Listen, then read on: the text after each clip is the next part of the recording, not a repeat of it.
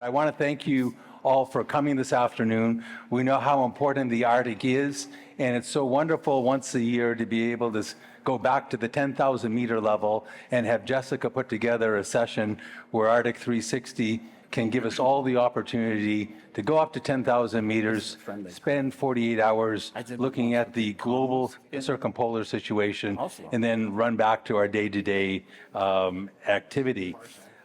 It was me. Each of our panelists have been introduced, but I do want to talk briefly because they are fairly special. So, Patricia, Can we reset this for 65? is that me? No. We good?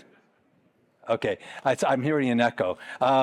Patricia plays a very important role between Sweden and Canada, encouraging incoming and outgoing trade, and more specifically, Sweden has, in the same way China has, taken their very large iron ore mine, and one of the byproducts or waste streams from that mine are rare earths, which they've now begun to process.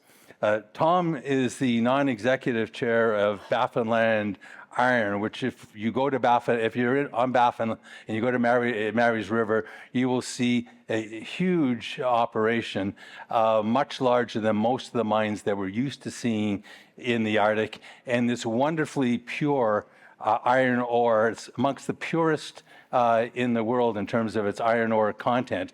Very heavy to lift up a block of it. I get reminded about that 2 or 3 times a summer because I use a chunk of it as a doorstop and I continuously stub my toe on it and then I scream.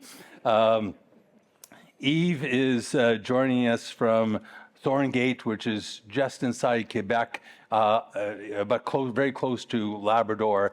It is one of the largest rare earth deposits in Canada, and it's particularly rich in neodymium, praseodymium, NdPr, dysprosium, and terbium, which if you're trying to find value amongst the 15 or 17 rare earths, depending how you measure them, it's the 4 you really want to have. And he's got a splash of iridium as well. And he's going to tell us about how he's and his company is building the entire supply chain between mine site and Sept-Îles.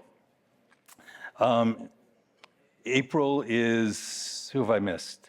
April spends a lot of her time in Yellowknife, but increasingly so in Quebec. April's company, Lift, is the most advanced lithium project in the Northwest Territories, and it has recently acquired a secondary hard rock lithium spodumene project in Quebec. And as you're flying into Yellowknife, all those white strips that you see running parallel to each other, and if you're a gold miner, you're saying they're quartz, it's going to be wonderful. No, they're actually spodumene, and they've got lots of lithium in them. So we're looking forward to April advancing that project over the next years. I've got time. I've introduced everyone, right? Good. But we are missing Isabelle Chan. And those of you who have operated in the North, which are almost all of you, understand that it's really impossible to launch a major project in the North now unless you have an overlying partnership that includes both the private sector and its capital, governments of various levels, and the impacted Indigenous groups. And if you don't have all 3 of those working together, your project's not going to move forward. But unfortunately, Isabelle Chan, who is the ADM with NRCan, sends her regrets. Doesn't mean the government doesn't support our projects. It just means she had some conflicts and couldn't make it here today.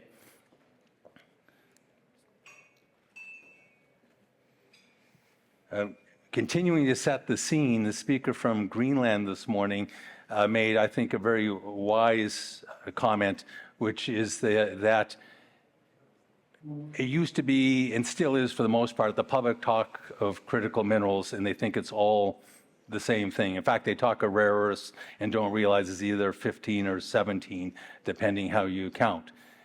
Our speaker from Greenland this morning made a very important point that I hope our guests will help amplify, so that as we go forward thinking about the role of critical minerals and how we can implement supply chains for them in the Canadian North and the Allied North is that the supply chain tends to be very different for each critical mineral, because with many of them, like rare earths and lithium, are quite complex. And really what you're doing is not in the traditional sense mining and creating a metal. You're mining in through a very long and technically complex supply chain.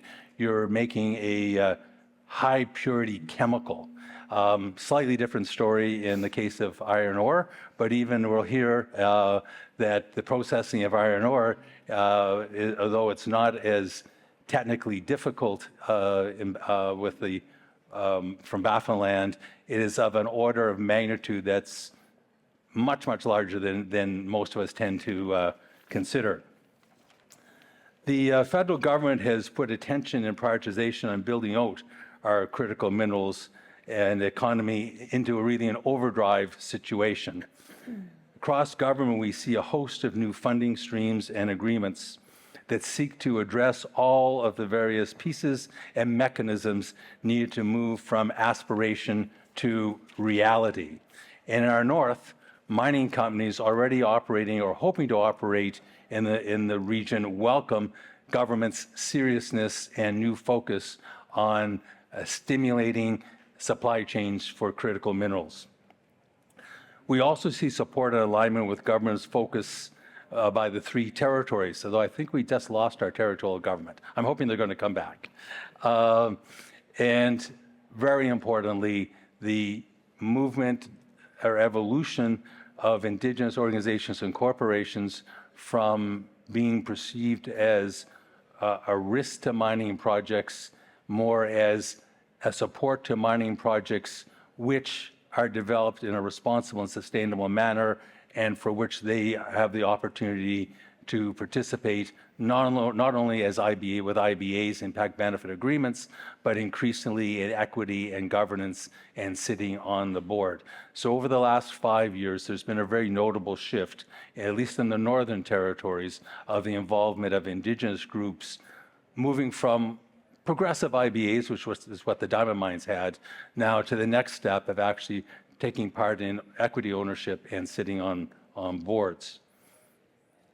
We also see the same trend in our foreign policy with the acceleration of bilateral strategic partnerships that Canada is making with our allies, many of whom are represented here today, and we appreciate not only the arrangements their governments have been making, but that they've taken time out of their schedules to be here with us. To meet the moment in terms of speed and necessity, that's beginning to sound like our Commodore was highlighting, we require strategic coordination across federal government with industry and Indigenous partners at home, while simultaneously doing the same with our allied partners in terms of strategy, both among governments and Indigenous groups and the private sector. It's been argued that to truly create a successful and prosperous critical minerals economy, that will be able to counter China's existing monopoly in a very significant number of critical materials like graphite, lithium, rare earths, titanium, tungsten, and significant others that China controls between 70 and 90% of. Thus, it is the full supply chain from minerals to in the ground to processing to offtake agreements and agreed price floors that become a singular project that is taken to institutional investors in search of attaining long-term patient capital that is required to build these significant projects. Much of the federal government initiative speaks to enabling some of this patient capital, including the $2 billion critical minerals sovereign fund to accelerate investment in strategic mining projects and strengthen national security and secure supply chains. The new budget is allocated $443 million to NRCan and ISAD to support innovation in critical minerals, processing technology, joint investments, and allied development of critical mineral stockpiling and other mechanisms to strengthen Canada and allies' national security through secure supply chains. and the new Defense Investment Agency that aims to strengthen defense production capacity through supply chain redundancy, ensured strategic supplying of sources of supply, including through stockpiling. Add to this the G7's Critical Mineral Action Plan and the November 2025 Strategic Partnership between Canada and Sweden, and the August 2025 Canadian-Finland Joint Statement on Foreign and Security Policy, and we have a broad spectrum of government support from Canada and our allies.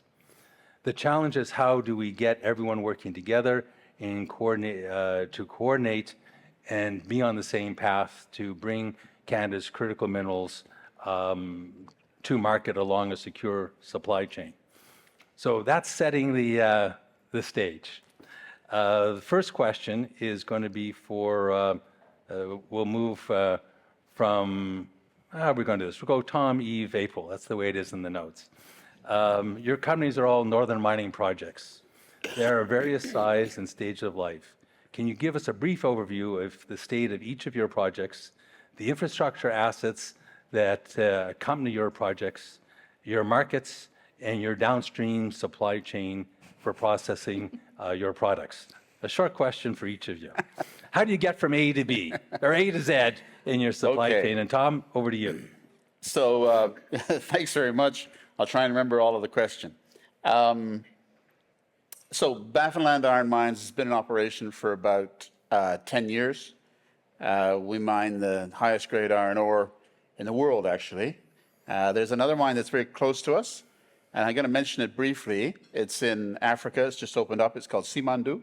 And the reason I mention it is that in many ways, our critical mineral, because we are high purity iron ore, is different than what most of you will be thinking of in terms of rare earths and critical minerals. But in a couple of ways, they are the same.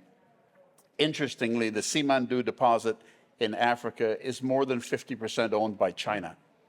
So again, it's locking up a resource that is important to the world, and I'll explain why high purity iron ore is important to the world in just a moment when I come to the processing piece.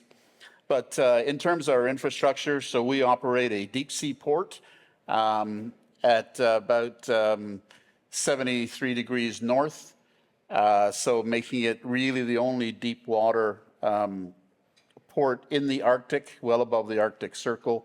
To get there, you take a flight from Iqaluit for a couple of hours, pretty much north. So it's a long way up. It's at the entrance to the Northwest Passage.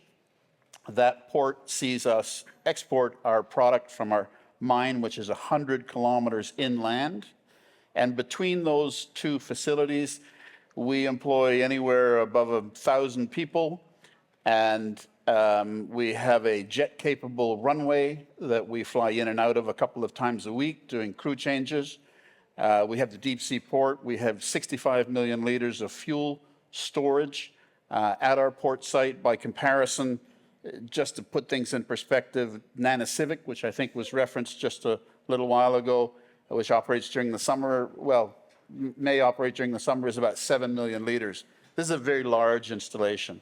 So there we have, at the port site, we have accommodations for about 400 or 500 people, and up at the mine site, we have accommodations for over 1,000 people. So this is a large ongoing operation that's been running for the last 10 years. And likewise, similar to Sean was here a little while ago talking about Agnico Eagle, has those local commitments, the local training commitments, has actually paid in excess of $10 million towards building a training center in Pond Inlet, because we recognize, as does Agnico Eagle, the value of developing local talent and local involvement, which reaps many, many benefits for us. Just so that's sort of where we are right now, and where we're going is that we're looking to do a $4 billion project which will build the world's most northerly railway that will actually come from our mine to a point 100 kilometers away on the shoreline at a place called Steensby. And in January, we we passed the final clearance to get the approval to construct the railway. So it's been 10 years in the making to get to that point, which is a long time, but it's been worth it. And we're now able to move forward with that element of the project, which will see us quintuple our production while at the same time reducing our environmental impact. Because at the moment, we have to truck the material from our mine site to the port. And by using a railway, we will vastly cut down on things like dust and all those other things that we've been wanting to develop for some time now, for about 10 years. In terms of the processing, so this is high purity iron ore. Most iron ore that is mined in the world can be mined at anywhere 30, 40, maybe 50% iron ore, and then it goes into a process to upgrade it to a standard pellet, which is about 62%, and that's what gets fed into blast furnaces. Ours is coming out of the ground at 67%. It's the highest grade that's mined anywhere on the planet. And while that is good for us, because we don't have to do any processing, we don't have any tailings, we don't have any concentrating, you have to use any chemicals, it's basically, don't let the mine department hear we say this, it's basically a big quarry. And so we take that material just as it comes out of the ground after it's been crushed, and we take it down the road currently and eventually down the railway to a ship. And the ships that we are using include Newcastle Max-sized ships. For those people not familiar with that, that's a ship about the size of an aircraft carrier. It's about 1,000 feet long, and it comes into our port, and we load it, and it sails away, and it sails primarily to Germany. That's where most of our product goes. And that product goes into the reason that the European market, which is a large steelmaking market, likes the product so much is that because it's such high purity iron ore, it vastly decreases the amount of carbon that their process creates. Steel making is the 5th most polluting, carbon heavy, greenhouse gas heavy industry on the planet. And so the steel industry, which is important all across the world, is working very hard to reduce the amount of greenhouse gas emissions that they can that they emit. And then, of course, in Europe, there are significant penalties for how many units of greenhouse gas they emit. Our product vastly reduces that. That's important now, but what it's really important for is in the future, the new technology for producing steel is a process called DRI, direct reduction iron. And in order to utilize that process, you have to use high-grade iron ore. You can't use anything else. So for that reason, the government of Canada labeled our product a critical mineral, because with the evolving steel industry, it will become more and more important for those countries that control high-purity iron ore to be able to make steel in a responsible way. Did I get all the questions? I think you got it all. I think I got all the questions. If the Commodore is in the room, I think you may want to show him your reports. He may be envious. There was a question asked this morning about Indigenous benefits. And if I recall correctly, all of the royalties from your project are paid directly to the land claim holders? Yeah. So IBAs have evolved greatly, as somebody mentioned a little while ago. I don't know, maybe it was Sean. My IBA experience goes back to the late 1990s when I was negotiating for the Voisey's Bay project. And we signed IBAs there, and they gave birth to all sorts of businesses. And I see the president of one of them sitting in the audience now. And then over time, they've expanded to include certainly the potential for an ownership stake, an equity stake in the company itself. Interestingly, there are two approaches to that, and I won't speak for the Indigenous groups within Canada, other than to say it's been my observation that some want to do that and take an ownership stake, and some do not, because they see themselves as the regulator, and they don't want to be regulating themselves. So they hold the company. So our project is entirely on Inuit-owned land. It's the area of the QIA, the Kikitalik Inuit Association. And so, yes, our royalties are paid either to them or to Nunavut Tungavik, which is the parent, the birthright organization. And And absolutely, at this point, they have elected to pursue the route of being the regulator from whom we get our commercial land lease is with them. And so I don't know if they would feel awkward being both the owner and the regulator. You'd have to ask them, but at the moment, they have chosen to go that route. But that option is always there. They get the royalties instead of Canada, though. Oh, yeah. Yeah. Canada gets the tax, by the way, so don't feel too bad for them. Yves, you have a slightly more complex supply chain, but interestingly enough, all three stages of your rare earth supply chain are in Canada. So we're very interested to hear about it. Let me start by saying I didn't want any of this. And I explained, the recruiter called me and I was nearing 60 and I have no mining experience.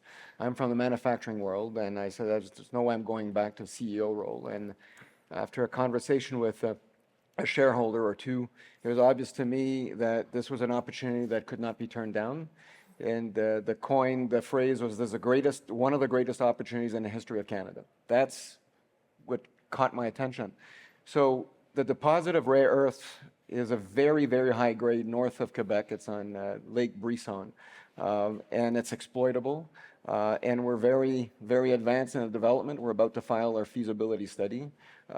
We've raised 165 million in debt from EDC and CIB. That's more than 2 years ahead of permits. That's never been seen before, so it just reflects the importance. We're on a list of national projects, major projects at office. And the reason why the attention is drawn to that project that way is that, as you all know, rare earth is basically a Chinese monopoly. And what we have in north of Quebec is a combination of light and heavy rare earth, a very high grade, that's unique. Since we're also building a refining plant and a separation plant in Sept-Îles, we're talking about a value chain that's going to be mined to refining. Eventually, if Canada succeeds in bringing permanent magnet producers here in Canada, the vision would be mined to magnet, and that value chain is going to be unseen outside China for the next couple of decades. So that's the opportunity. The context for it is incredibly attractive. Not only the Liberal Party come in with a C5 nation building opportunity that led the G7 critical mineral strategy, which will have countries protect price with a price floor mechanism, the defense budget coming into play, bringing lots of benefits to the North, the Davos speech of Mr. Carney, and obviously U.S. leading the way to securing permanent magnet production and rare earth outside China makes our deposit extremely wanted for. In terms of the project itself, it's building the mine. That's about 300 kilometers north of Schefferville, 200 kilometers south of the Ungava Bay. It's in a territory that's claimed by 6 Indigenous communities, 4 in Quebec, and since we're also building a road across Labrador and a port on Voisey's Bay, we're dealing with 2 Indigenous communities in Labrador and 1 Indigenous community in Sept-Îles, where we have decided to build the refinery. This is a project that's very complex, obviously, not only because of its scope and breadth, but the separation plant is something that's quite new in Canada. The separation technology is owned by a French company with whom we're teaming up. They're already building a separation plant. They will be buying mixed concentrates from us, and in return for that, they'll be assisting us in the ramp up. So we're covered in terms of expertise with building the refining over there. Now, one last thing I'll say before I hand it over back to you is that dealing with 6 Indigenous communities, we're adopting the posture of wanting to do things differently. There's never been equity ownership in the mining industry in Quebec. There has been for energy projects and mining project in Western Canada. We've met with all 6 Indigenous communities in the last 10 months since I joined. I've spent a lot of time building that relationship. And we did something that apparently is historic, bringing the 6 communities in one room in Montreal to explain to them how we see the opportunity of a special purpose vehicle, how it could be funded, and the interest level is very, very high. Each of those communities have different agendas. We have one PDA signed right now. It's been announced with the Naskapi. They're ahead of the curve. It's creating some kind of peer pressure with the other Indigenous communities, which I find interesting. Now everybody wants to talk and accelerate the discussions. There's concern about building a mine up north in such a pristine environment. And so we're dealing with that and appeasing. We're about a year and a half away from permits. But I would say 40% of my time is building relationship with the 6 Indigenous communities. And I'll be talking later about how we go about bringing all the stakeholders together and making this project a success in the fastest possible timeline. Thank you very much, Yves. April, maybe you can talk a little bit about the LIFT project, maybe a bit more of a focus on the north, but I'll leave it to you to give us your story on your supply chain from A to Z. Great. Yeah, I think I'm going to start a little bit backwards. I'm going to start with the midstream processing problem because it really is sort of the greatest challenge for bringing on new mineral exploration and development projects, especially across Canada and allied nations for sure. The challenge is that for lithium, which is very common around the world, about 85% of the processing, the midstream processing, so converting the raw ore, in our case hard rock spodumene, to extract the lithium from that mineral and then to convert it into a battery metal like lithium carbonate or lithium hydroxide, which is then used to create cathodes, which then go into batteries. To actually do that extraction and conversion, about 85% of that happens in China right now. And what doesn't happen in China is not really hard rock lithium related. It tends to be more on the lithium brine side in South America. So we're really very much dependent and we're very much price takers when it comes to what our mine in the Northwest Territories, a potential future mine there, might look like. We have to accept the spodumene spot price that's coming from China because they dominate processing and conversion. And I think everyone's familiar with just this is a common problem in critical minerals. In the case of lithium, it's an interesting one because there are some other places where we also have some of the technical knowledge that's required to move midstream processing forward. But to draw on what Yves was saying, we need to make sure we have the right technical partners in place to do that and to solve this midstream problem so that we're no longer price takers. Because the way that it works right now is lithium is one of the most volatile commodities. In the last 10 years, it's been one of the top 10 price performers 5 out of 10 years, and it's been the bottom 10 price performers on the commodities market 5 out of 10 years. So it's very volatile, and part of that is because indeed the midstream processing is under foreign control.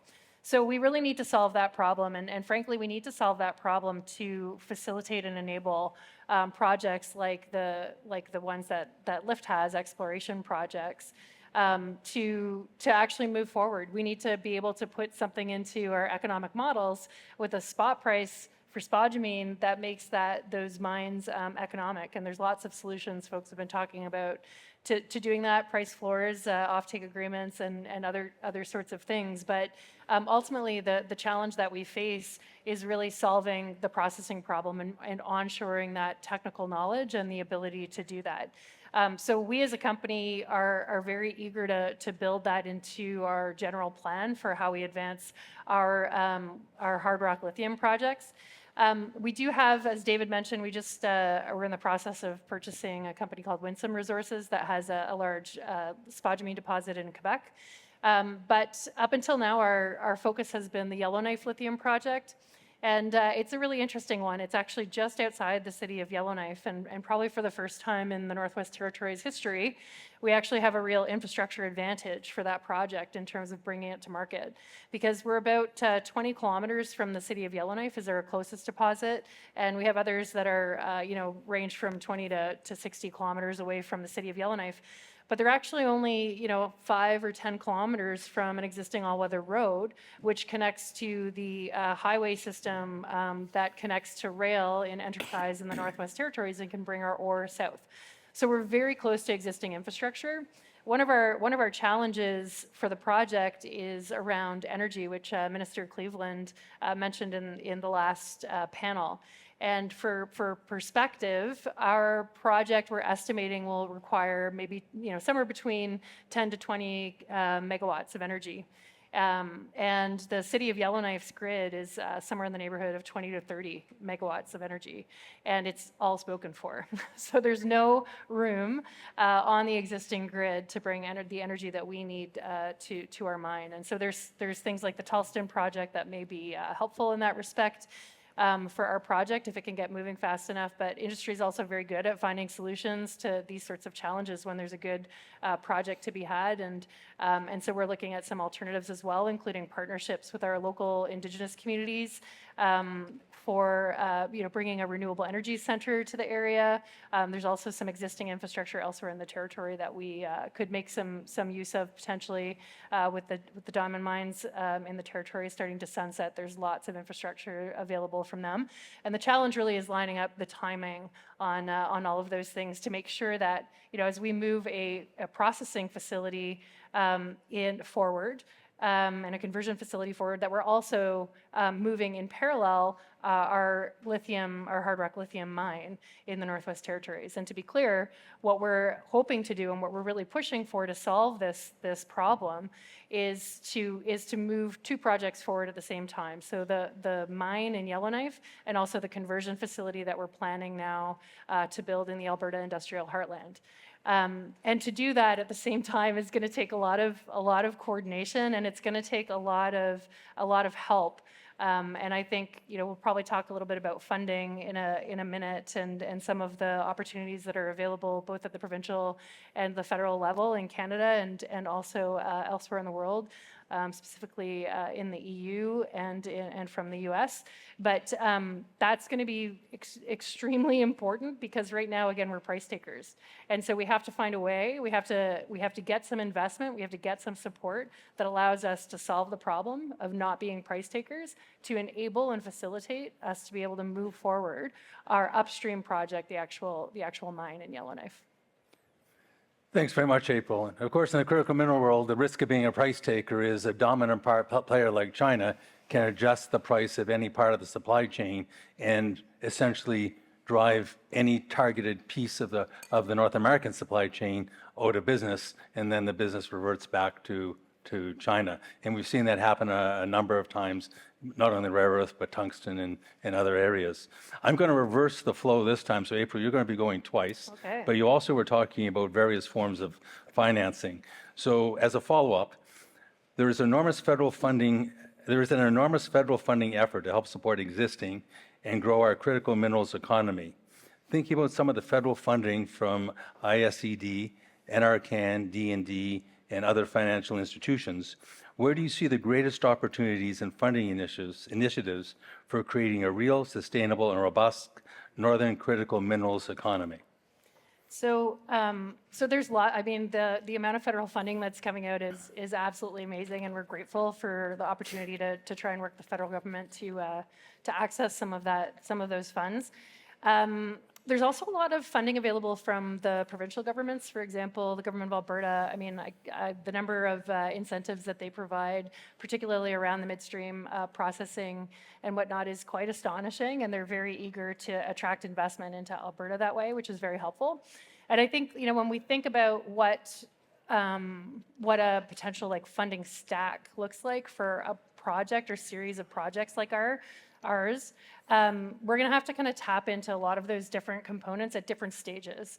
So Alberta has quite a lot of funding available, for example, for early R&D, for working through processing issues, for kind of getting up and going, and they provide funding across a whole range of activities of life of mine or of life of production facility, as the case may be.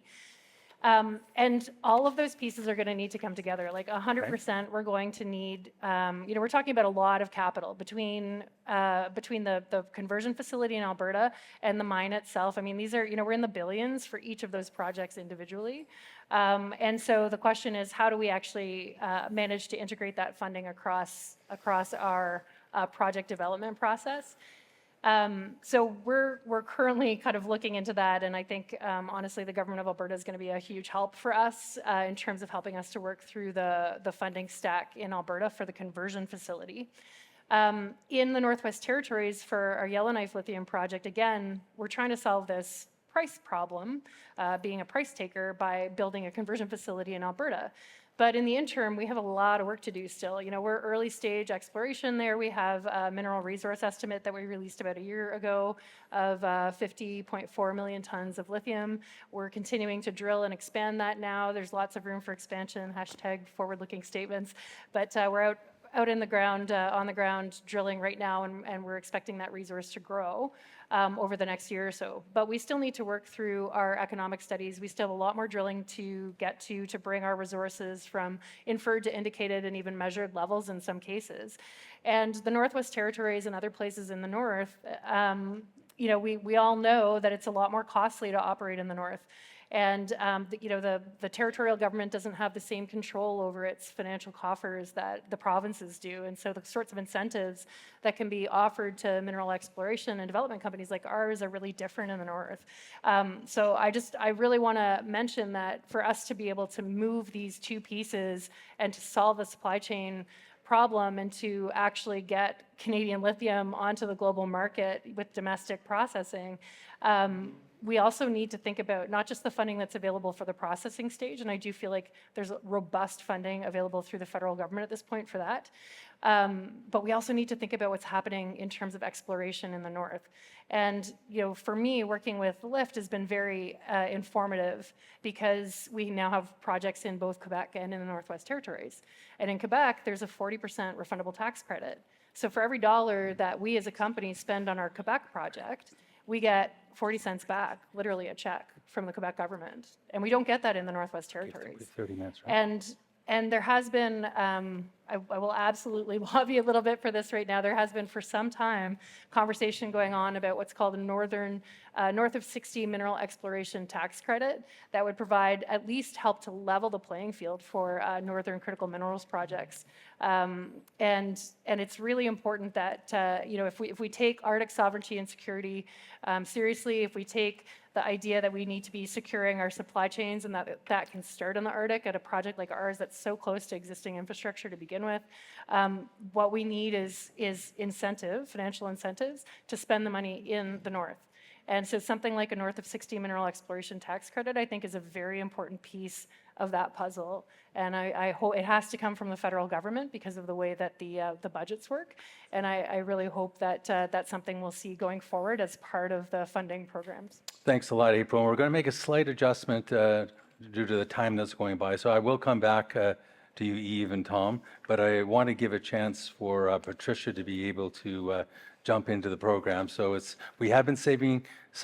I was going to offer that. So we will come back to you, Yves, as soon as we have a chance to have some contribution from Patricia. Patricia, the Swedish Arctic has a lot of minerals, and you have a very robust domestic northern mining economy, and Sweden is a growing critical minerals processing market. Your market focus is also beyond your borders. But domestically, can you tell us a bit about your critical minerals economy in the north, how the critical minerals economy is organized, and talk a bit about your policies regarding R&D and capital and the country's state of the state of processing in the country? Yeah, for sure. So thank you so much, first of all, and thank you for having me.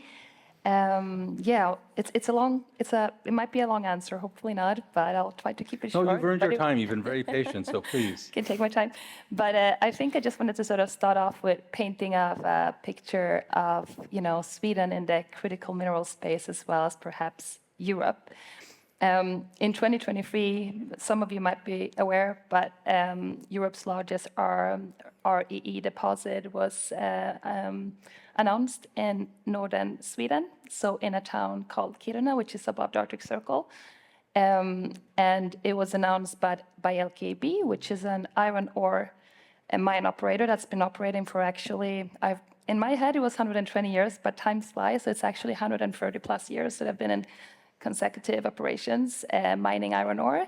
And as a part of their processes, so sort of like the waste streams, if you will, the waste rock, they've also discovered that there's quite a bit of the REEs, and it's the largest deposit in Europe. And bear in mind that currently in Europe, we're not mining REE at all. So obviously this positions Sweden very well in a European context when it comes to supplying the potential of supplying, I should say, we are not mining it yet, supplying REEs. And also REEs are not mined, as we have discussed previously. Really, it's more about how to extract it from the waste streams. And then also just to give you a little bit of a context about LKAB, so the iron ore operator, they also supply Europe with about 80+% in terms of the iron ore comes from LKAB in Europe. So it sort of sets the picture and gives you sort of like a good idea of where things stands. And our Deputy Prime Minister not too long ago did say when she did visit, up the north part of Sweden and LKAB, that electrification starts in the mine. So I think that sort of sets the stage towards the strong government support that we have in Sweden and the policy. So, mining and critical minerals has become a national priority. And also, to add to that, we have the European Critical Raw Materials Act that Sweden is obviously a big part of, and that helps to fast-track processes and supply chains as well. Most recently, I think the recent development in terms of, if you look into the policy and the government side of things, is that Sweden has lifted its uranium ban. So we are seeing that Sweden is reopening strategic opportunities that haven't been in operation for quite some time. And we do have nuclear facilities, but currently we import our uranium from countries like Canada and Australia, which obviously would have high ESG standards, but also other countries that would probably not align with those standards. So that's, I think, the policy side of things and sort of where the government stands. And then we have the R&D and the innovation portion in Sweden, which I think is really the backbone, not only of Sweden, but also of our mining ecosystem. So in Sweden, we have something that we like to refer to as the triple helix model. I think I've mentioned this probably, I think this is either my third or fourth year I'm sitting on a panel, and I've mentioned it every single time because it's such an important part of Sweden and who we are as a nation.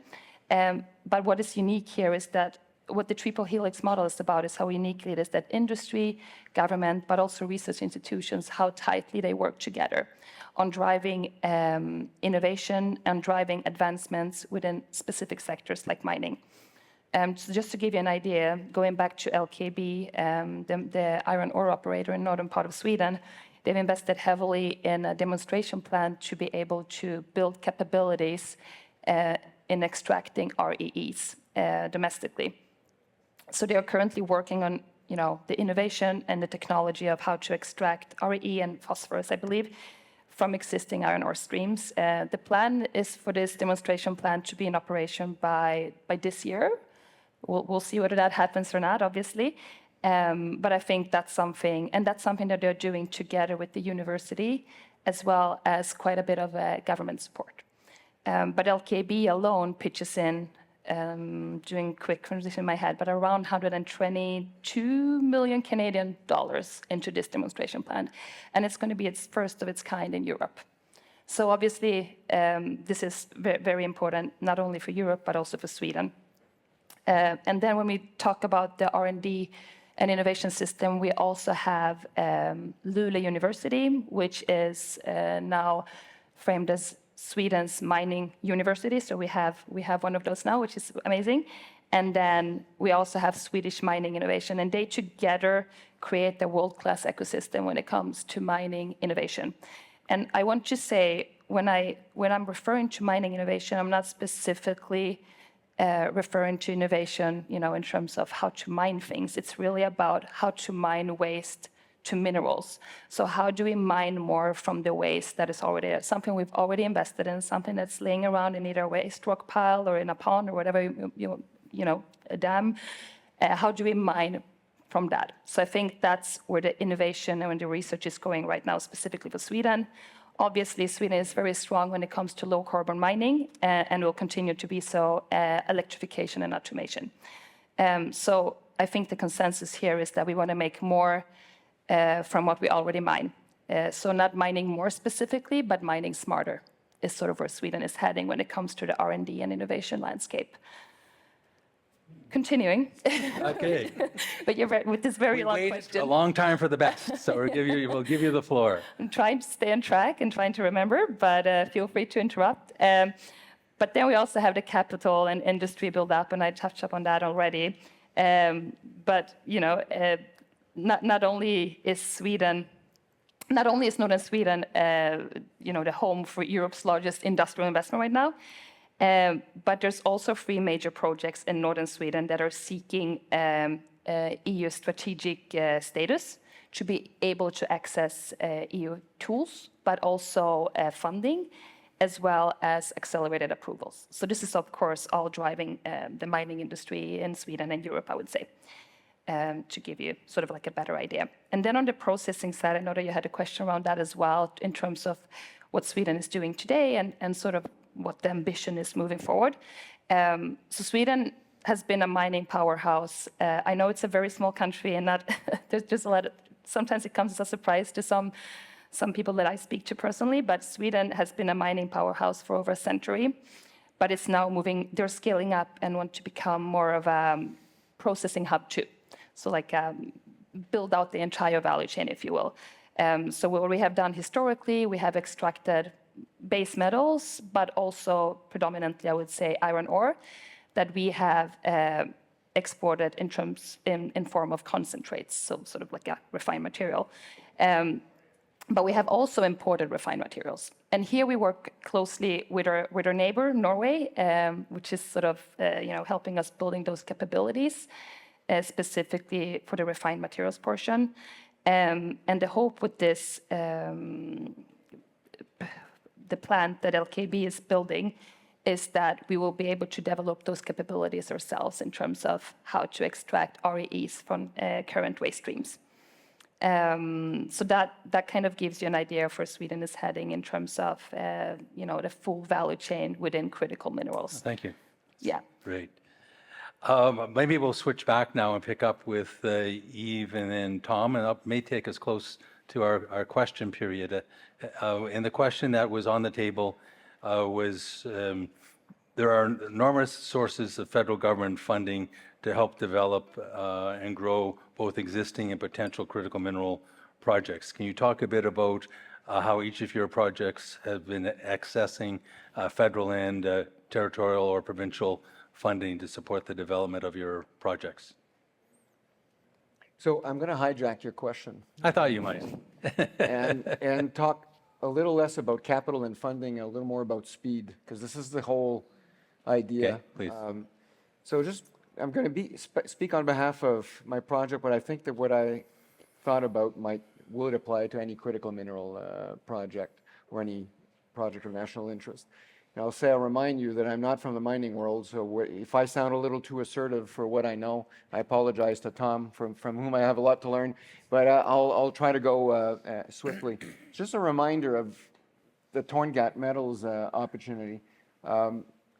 If we look at the U.S. current strategy on rare earth, it's a top priority. The Department of War has invested in a light rare earth deposit, price protected it. They're going after permanent magnet production, and they're solving for 60,000 tons of permanent magnet, which is needed, they believe, to offset the monopoly in China. To deliver that 60,000 tons of permanent magnet, they've only secured through those acquisitions and investments 200 tons of heavy rare earth. Okay? We have, and they need for 6 times that. The Torngat opportunity covers for almost all of the gap. Okay? And I'm not even talking about Korea, France, Germany, all other countries are all after the deposit of Torngat. The leverage that this creates for Canada is unparalleled. Can you imagine? Just imagine what Canada can do when they have an operation both at the mine level and in Sept-Îles for the refining. So look at this. Okay, how do we do this fast? And just a few observations. One of the things that struck me coming from another world is how shy and reluctant our Maple 8, namely the large Canadian institutional funds, are ready to invest in greenfield mining. And they actually don't most of the times, except for exceptional circumstances. Mining is what Canada stands for on the geopolitical arena. We're a mining company, and I'm shocked by the fact that it's very difficult to get the kind of Canadian capital that you would expect in other sectors. Point number one. Point number two, mining rules are slow, and they're there for a good reason. I don't know, I must have been told at least once a week since I started that, Yves, that's not the way it works in mining. And I get that we have NI 43 compliant rules and it's all about reducing risk and so on, but what if the government played a role in limiting the risk? What if our Canadian institutions played a role in limiting the risk so we can look at a project like that with a speed mentality as opposed to freezing, NI 43, can't go and talk about an opportunity to get that timeline even faster, eliminate this, do this differently. This is the way it works in the manufacturing world, where you exchange with the board an update on the project, and if you're off in cost, doesn't matter, you're accountable for it. You'll find ways to reduce it. So that flexibility, I think, is an opportunity for our new national policy to address it differently. Indigenous claims, they all have different claims. And with the defense budget now more than 10x or 20x in the next 4 or 5 years, and Mr. Carney saying this is going to be about northern infrastructure, there's a huge opportunity to address basic Indigenous needs connected to critical mineral projects. And last but not least, you look at the Major Projects Office, they're going to do whatever they can within the jurisdiction of the federal government. But a mining permit is, a mining project is 85% provincial. 85% of all permits are from the province. So unless you bring everybody together under a framework that looks a lot more like a common shared vision, all working together with different stakes and ways to contribute, like a project of national priority under wartime conditions could look like, then what we're going to see is a set of disjointed jurisdictions, and it's going to be very difficult to get things fast-tracked unless you work together. And I find myself playing a syndicating role with everybody. That's most of the work that I do. I talk with the Major Projects Office, getting great support there, environmental, the IAC in Ottawa, same thing in the province. I'm asking, and then I'm getting, for sure, everybody wants this project to work. But there has to be, in my opinion, a global view, and I think we need to solve not for permits first and foremost, but for governance. How do we bring about a national sense of urgency to capture what is here as a unique opportunity for Canada? And I think it requires leadership across boundaries. And I'll give you an example. If the federal government stepped in and played a role in reassuring Indigenous communities and bringing about the defense budget connected to getting their consent and reassuring them. I play a role of reassuring Indigenous communities by talking about our biodiversity strategy, etc. But there has to be a view that people step over boundaries and play a role across verticals as opposed to within their own jurisdiction. So that's my wish, and I believe that if we change the mentality, while still being concerned about risks related with mining projects, I'm impressed by the mining world. I think I'm falling in love with the sector every day. I compare it to hockey, compare it to soccer. You got to get that puck out of the corner, you get hit in the face, and you still play. That's the mining world. We have incredible executives here, incredible talent. There's a will. Now, I'd say, how do we do things differently? I think it should go along the lines that I've given some thought to in my first 10 months in this role. Well, no, thanks very much, Yves. It's good to have a fresh view because you coming here and looking at it from a manufacturing and different perspective, I think provides a lot of value for people who have been looking at it from a traditional mining perspective. But I will ask Tom to comment on what his experience Speaking as the guy has who's been hit in the face for 25 years. trying to fast track the project. Yeah. So I'll answer the question quickly and then pick up on what Yves said. So I think what has happened in the last couple of years, and credit to a couple of key people, it's very interesting. Somebody mentioned Michael Sabia earlier on, and Michael came in as the Deputy Minister of Finance a few years ago, didn't need to. For those who don't know him, He's a little older than I am, and he's had a very successful career in many fields. And he was asked by the then finance minister to come in as deputy minister, a really thankless job, and he did it anyway. And then he left. He went for a couple of years, and then he went off and became chairman of Hydro-Quebec, another big job. And then the prime minister asked him to come in as the clerk of the Privy Council, and that's where he is now.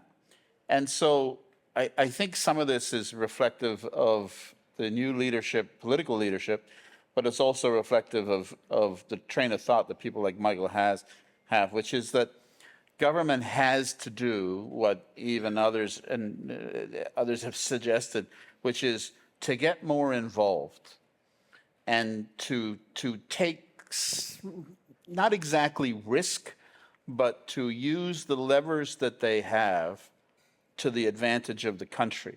So we're seeing this evolve a little bit in EDC and CIB, and there are others. There are lots of other programs, but those are the two big sources of funding. EDC's largest mining investment up until a couple of years ago was in Mongolia.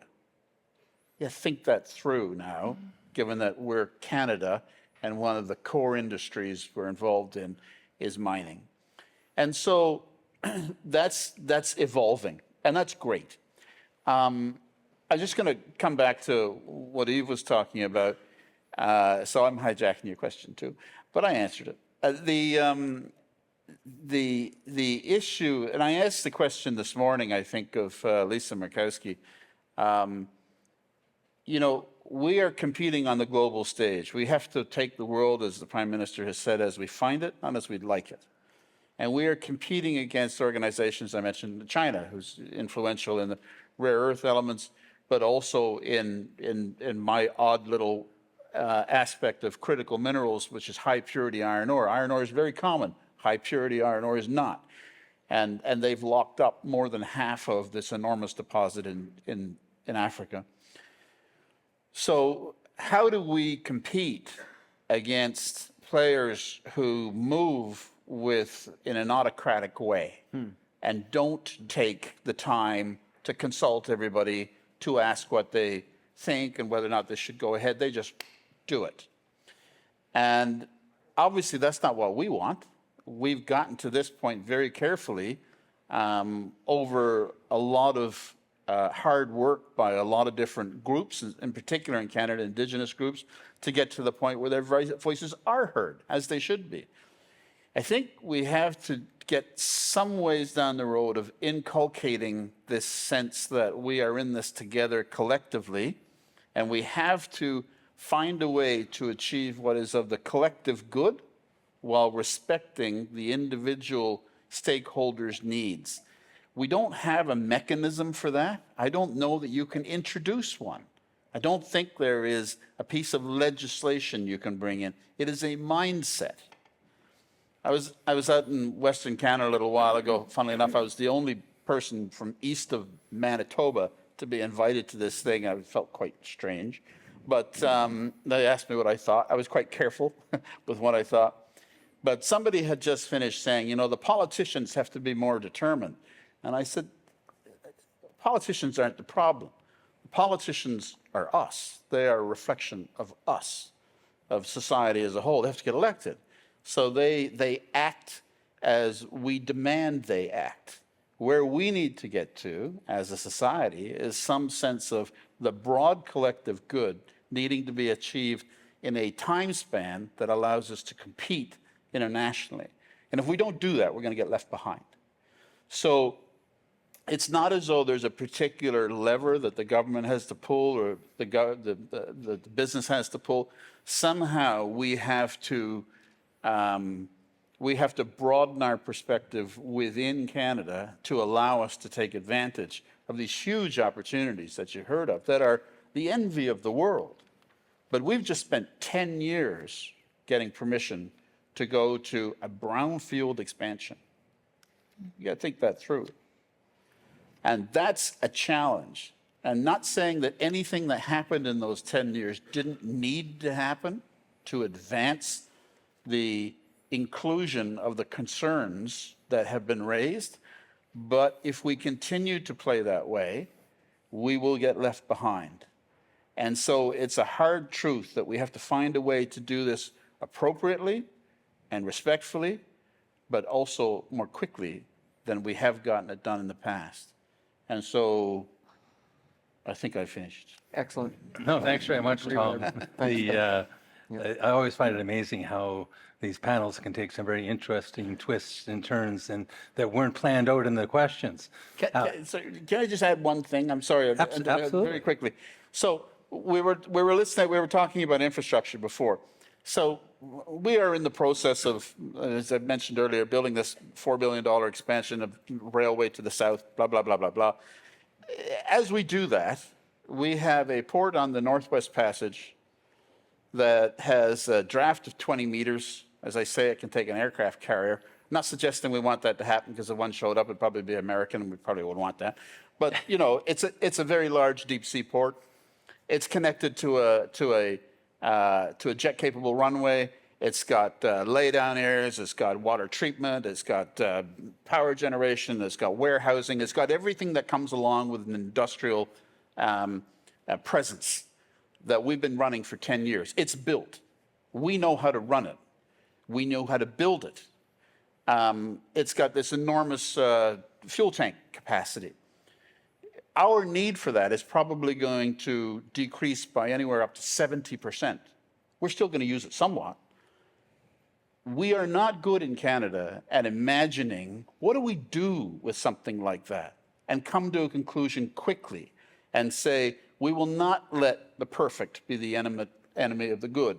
We will say we have basically pretty close to a military base sitting at the entrance to the Northwest Passage. And we have, I noticed one of our sponsors is Hatch. We're all wearing Hatch. Well, I took mine off, but we're all wearing little Hatch. Hatch, who's here, I'm sure, has built 90% of the infrastructure, of the mining infrastructure across the Arctic in the last 30 years. They know how to do this. If we take that capacity with the capacity of existing infrastructure, let alone infrastructure that's coming online maybe 5, 10, 15 years down the road, we have everything that we need in terms of asserting Arctic sovereignty, making our contribution to NATO, being able to work with NATO or NORAD. We have everything that we need, plus what's coming down the road. What we're not good at is collectively coordinating all of that. And we need to get, we need to get a lot better at that. So I'm going to throw one at Patricia. Forget a European view. You just heard some comments, one about our financing, two about how we need to speed up government, and three about how to use infrastructure that's been used by industry, but are there now other uses by society? And you've heard of that from a Canadian point of view. From a Nordic point of view, can you make some comments or reflections in our remaining 3 minutes? And so that would be like in terms of what Sweden and Europe would be doing. How have you addressed these similar challenges? Yeah, I think one of the things that was recently announced, and it's an initiative that's called Made with Sweden. Its aim is to promote free trade and global collaboration. Kind of ties into some of the things that we've discussed today about the need of working more together. So I think the message here is, we see a world that is turning inwards, but Sweden continues to believe in openness. So we do want investors, and we also do want Swedish companies to have the confidence to invest in foreign markets. And of course, with that comes collaboration and building trust. So when others say made in, we say made with. So that's one of the things that I think really highlights what Sweden find important, because we do believe that progress never happens alone. Progress comes when we work together. So that's one of the things. And then, Sweden and Canada, being both Arctic nations, we are, like-minded partners. We have the same challenges. We have the same opportunities. And now we have the strategic partnership that has been put in place and launched in November 2025 in conjunction with a Swedish state visit to Canada. So that's something that we can build on. And within that strategic partnerships, we have the critical minerals in the supply chains, but also Arctic Corporation. It's still very early, I think, to say, what that's going to turn into in terms of actual activities, but I think it's a starting point, and I think it does say something about Sweden-Canada relationships. Thanks very much. We have a minute and a half left in April. I'm joining in this conversation. Oh, okay. Would you like to ask a question, Jessica? Please, thank you. One thing I think is really important, and in this 3 minutes, but this is a conversation that needs to continue. Okay, so we need to organize ourselves at home. We need to figure out how, all this industry is working together so we can advance as well ourselves. At the same time, it's been said over and over and over and over again. At the end of the day, no matter what we have as Canada, Sweden, we're not going to be able to build out this entire critical minerals economy domestically, country by country, and there's going to have to be a lot more coordination together. And so I'm thinking maybe we can get into an aspirational piece, and we'll use it as a case study, because we do now just have Mark Carney, we had Sweden, and this defense kind of partnership. Yep. Someone could recall the exact name, but it's like a defense and security partnership, and the beginning of that, and thinking through, and critical minerals is a big piece of this. And so I guess if we had to think through, or we wanted to say, well, what would we want out of that? And so how do we because I think we have a lot to learn from Sweden about this industry, R&D, and government working together. Of course, it's centralized and it's different, but in kind of taking off that platform. And so, but how do we work with the EU and the Nordic countries and build in a more strategic way to actually build a real economy that can be the economy that will get the patient capital, because we have the identified mine from the in the ground to actually the offtake and where those markets are. And so maybe just if everyone kind of comment, thinking together about where we need to be to help bridge, and be more strategic in an allied sort of way. Yeah, maybe I'll jump in if that's all right with everybody else. I think there's a tremendous opportunity for working together, and I think we have to work together. And when I say we, I mean industry and government, and all levels of government, including Indigenous governments, to push forward with this and secure our critical mineral supply chains, or friendshore them at least. But I think we as a company, Lyft, has really taken this on as a challenge on how do we solve kind of our own problems, and recognizing that there's interest within government for advancing the same kind of solutions, i.e. not just to bring a mine into operation, a critical minerals mine into operation, but to also solve this midstream problem, and to enable and facilitate other mines to come into operation as well. But our approach is really to show the way.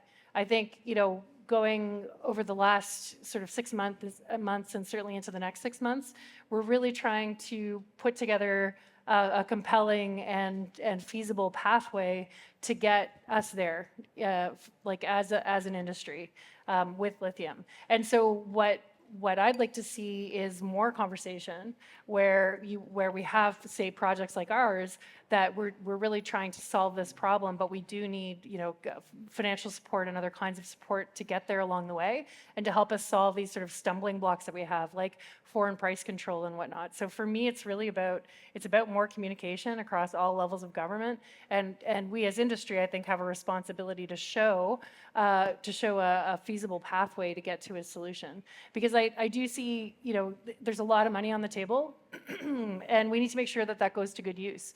And to go to good use, we have to have meaningful and feasible projects on the table that can help lead the way. That's certainly how I see it from my perspective. Mm-hmm. Yeah, for sure. I think there's a few opportunities here, and obviously it's sort of still in the making, and it sort of ties into the strategic partnership. But I mean, there's an opportunity for a Canada, North, Europe, Sweden sort of critical minerals corridor, if you will. Canada has all the resources. Sweden has the technology strength, specifically in mining, but also in other heavy industries. So, I mean, there's something I think that we can continue to build on here. So it's a natural match, and we We do adhere to the same standards, ESG standards, very high environmental standards, indigenous inclusions. That's very important for both our nations. So I think there's definitely something to work on there. But also, being Arctic nations and being allies, I think there's an opportunity to partner on cold climate, low emission mining, if you will. So, Sweden having its expertise in electrified and automated mining could support the Arctic, the Canadian Arctic in terms of, sustainable projects.